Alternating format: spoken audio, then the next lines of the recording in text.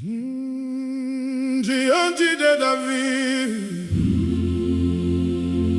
estava um gigante, mas Davi conhecia o tamanho do seu Deus.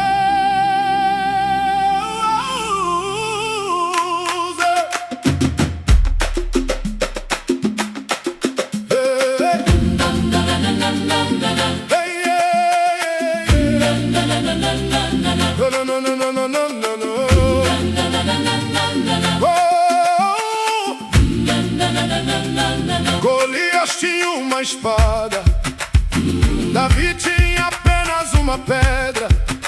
Mas aquilo que parecia pequeno, nas mãos de Deus se tornou vitória. Uma chave Goliate. Não tenhas medo de